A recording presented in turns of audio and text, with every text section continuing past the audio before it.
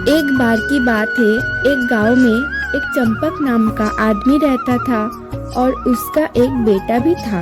रामू रोज जंगल में जाता था और लकड़ियां काट के उसे बेच के अपने पेट पालता था। एक दिन जब चंपक लकड़ियां काटने के लिए जंगल में जा ही रहा था, तभी चंपक को अचानक चक्कर आ गया और चंपक चक्कर खा के मिट्टी पे गिर गया। चंपक के बेटे यानी कि राम उसे उठाकर बिस्तर पर लेटाया। चंपक को एक लकवा मार गया था। राम ने बहुत सारा डॉक्टर वैद्य को बुलाया और चंपक का इलाज किया, पर कुछ फायदा ना हुआ। चंपक की ये हालत उसके बेटे राम से देखी नहीं जा रही थी और चंपक के बेटे यानी कि राम एक संत के पास गया और बोला, संत जी, कृपया मेरी मदद कीजिए। क्या हुआ बेटा, तुम इतने दुखी क्यों हो? संत जी, मेरी माँ नहीं है और अब मेरे पिताजी की हालत भी अच्छी नहीं है। मैंने बहुत इलाज किया उनका, पर कुछ फायदा नहीं हुआ। अगर मेरे पिताजी को कुछ हो गया तो मैं अनाथ हो जाऊंगा। राम की बात सुनने के बाद संत ने बोला, सुनो बेटा, तुम अपने बाबा को ठीक करना चाहते हो तो दिशा में एक जंगल है, बाहर जाकर तुम्हें वहाँ जड़ी बूटी मिलेगा और वह जड़ी बूटी तुम अपने बाबा को खिला सकते हो तो तुम्हारे बाबा ठीक हो सकते हैं। क्या सच में? हाँ बेटा, लेकिन वह जंगल में एक भयानक राक्षस रहता है और राक्षस तुम्हें सिर्फ 3 पहेलियाँ पूछेंगे। अगर तुम यूज राक्षस के 3 पहेली का उत्तर दे सकते हो तो वह राक्षस तुम्हें वह जड़ी बूटी दे देगा। ऐसे सुनते ही राम जंगल की पूर्व दिशा की ओर चल पड़ा। वो जंगल बहुत ही भयानक था। आगे चलते चलते राम को वो राक्षस दिखा और राम उस राक्षस के पास गया और बोला, हे राक्षस जी, क्या आपके पास वो जादुई जड़ी बूटी है?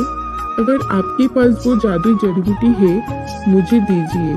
मेरे पिताजी बहुत बीमार हैं। राम की बात सुन के वो राक्षस बोला, हे बालक, मैं तुम्हारी हिम्मत का दाद देता हूँ। तुम अकेले ही मेरे पास आ गए। अगर तुम मेरे 3 पहेली का जवाब दे सकते हो तो मैं तुम्हें वो जड़ी बूटी जरूर दूंगा। हे राक्षस जी, मैं तैयार हूँ। मैं मेरे पिताजी के लिए कुछ भी कर सकता हूँ। आप पूछो आपकी पहेलियाँ।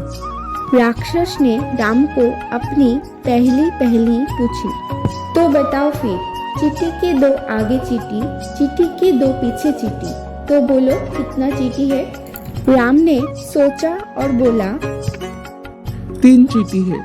राक्षस ने अपनी दूसरी पहेली पूछा। मैंने 20 को काट दिया, ना मैंने कानून तोड़ा ना कि खून किया, तो बोलो ऐसा मैंने क्या किया? राक्षस की ये पहेली सुनकर राम सोच में पड़ गया और कुछ देर बाद बोला, नाखून काटा। और फिर से राक्षस ने अंतिम और तीसरी पहेली पूछी। ऐसा कौन सा चीज है जो ठंडा होने पर काली और गर्म होने पर लाल और फेंकने पर सफेद हो जाती है? राक्षस की तीसरी पहेली सुनकर राम अब सोच में पड़ गया और राक्षस जोर से हंस उठा और तभी राम झट से बोला, कोयला। राक्षस ये सुनकर बहुत ही खुश हुआ और बोला, बालक, तूने मुझे खुश कर दिया। तू एक सच्चा बेटा है। ये ले जड़ी बूटी और जा अपने पिता को ठीक कर। राम ने राक्षस को शुक्रिया अदा किया और वो जड़ी बूटी लेकर वहां से चल पड़ा और राम वहां से अपने पिता के पास आया और राम ने वो जड़ी बूटी अपने पिता को खिलाया और वो जड़ी बूटी खाते ही राम के पिता तुरंत ठीक हो गया।